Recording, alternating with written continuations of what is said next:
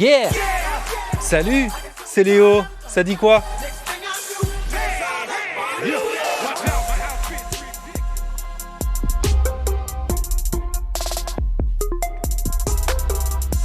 Ça devait être son moment, la mi-temps du Super Bowl, finale du championnat de foot US, regardé par plus de 110 millions de téléspectateurs. Parfait pour relancer la carrière de la star des années 2000, Cher.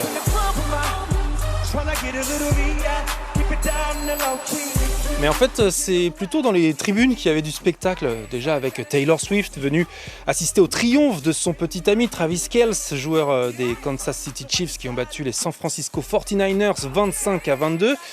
Mais surtout avec Beyoncé en top tendance sur les réseaux ce lundi matin, elle aussi assistait au match et elle a profité de ce moment pour publier 2 nouveaux morceaux très country.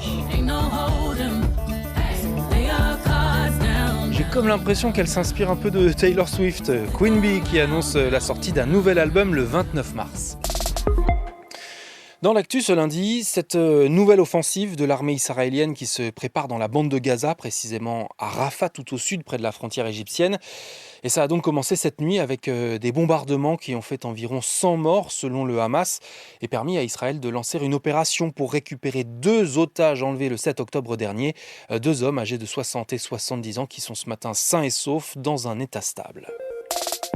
Et je t'en parlais la semaine dernière, le Sénégal s'enfonce dans une crise démocratique profonde. Un 3e manifestant est mort samedi soir, un lycéen de 16 ans qui participait avec plusieurs groupes de jeunes à des affrontements avec les forces de sécurité. Il proteste contre le report surprise de l'élection présidentielle et dénonce un coup d'État du président Macky Sall.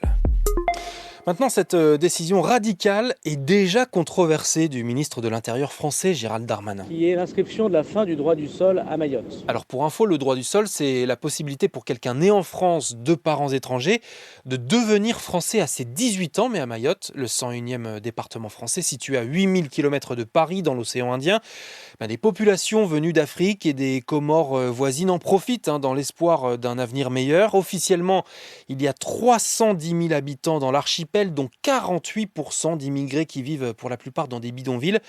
Le département est tout simplement le plus pauvre de France et depuis plusieurs semaines maintenant, il était paralysé par des collectifs citoyens qui appellent à une réaction de l'État face à l'insécurité et l'immigration. Il ne sera donc plus possible de pouvoir venir à Mayotte de façon irrégulière ou régulière, de mettre un enfant au monde ici et d'espérer devenir français de cette façon. Mais pour changer cette règle, il faut changer la Constitution et donc obtenir le vote de 2/3 des députés et sénateurs réunis en Congrès. Et ça, c'est loin d'être fait. La gauche ne veut pas d'une rupture de l'égalité des territoires, en fait une exception à Mayotte.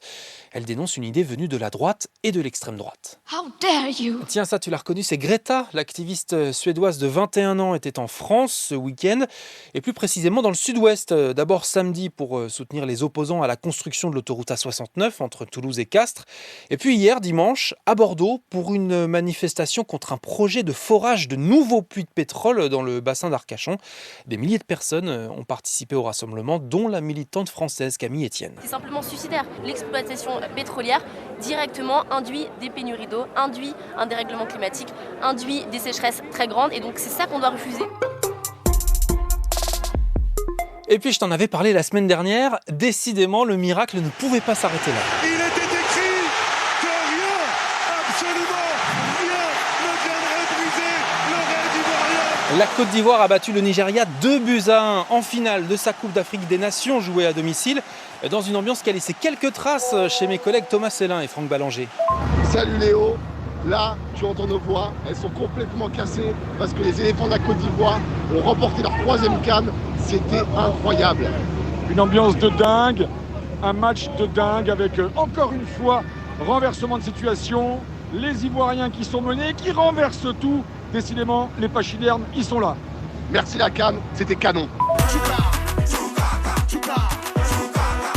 Il n'y a pas état d'esprit, on est venu pour gagner. Bon, promis, c'était la dernière fois que je te passais le coup du marteau qui tourne en boucle depuis un mois en Côte d'Ivoire. Non, moi je t'ai dit ce matin, l'actu musicale, c'est Beyoncé.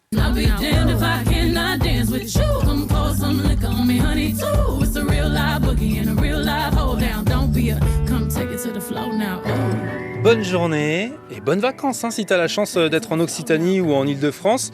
Et petite dédicace ce matin à la classe de première D du lycée de l'Arteloire à Brest que j'ai eu le plaisir de rencontrer ce week-end au Festival de la radio et de l'écoute Longueur d'onde. Merci encore pour ton écoute. Abonne-toi et à demain. C'était Léo de France Info. Allez, ciao.